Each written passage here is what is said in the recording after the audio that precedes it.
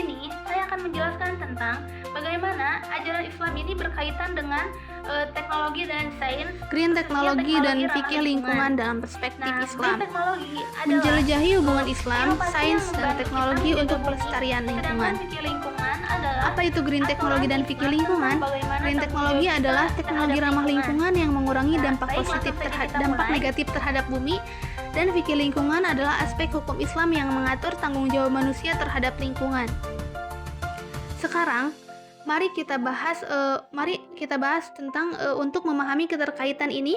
Mari kita lihat ajaran Islam dalam Al-Quran Surat Al-A'raf ayat 56 menyatakan, "Janganlah kamu berbuat kerusakan di bumi setelah diciptakan dengan baik." Nah, ini menekankan bahwa kita harus menjaga lingkungan agar tetap baik. Hadis Nabi Muhammad SAW juga mengatakan, "Sesungguhnya dunia ini indah dan hijau, dan Allah menjadikan kamu sebagai khalifah di dalamnya."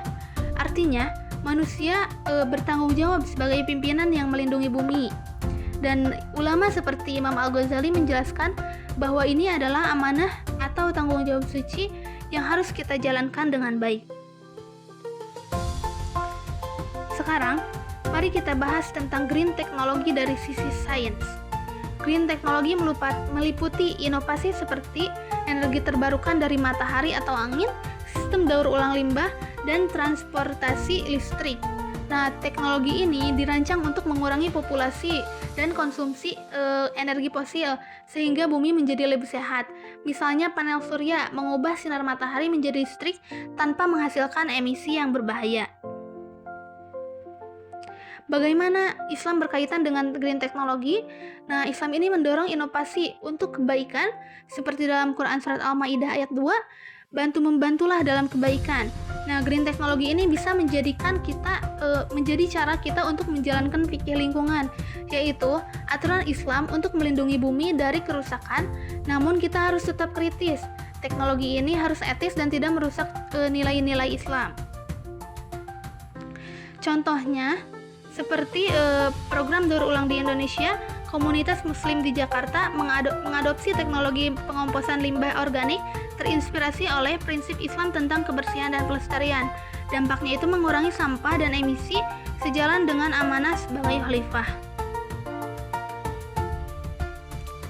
Lalu, dari perspektif etika Islam, green teknologi memiliki dampak positif seperti pendorong berkelanjutan dan kesejahteraan. Namun, ada resiko negatif jika teknologi ini dieksploitasi tanpa kontrol, seperti penggunaan AI yang tidak adil. Nah, kita harus memastikan teknologi ini seimbang dengan tauhid, keesaan Allah, dan rahmatan lil alamin, rahmat bagi seluruh alam semesta.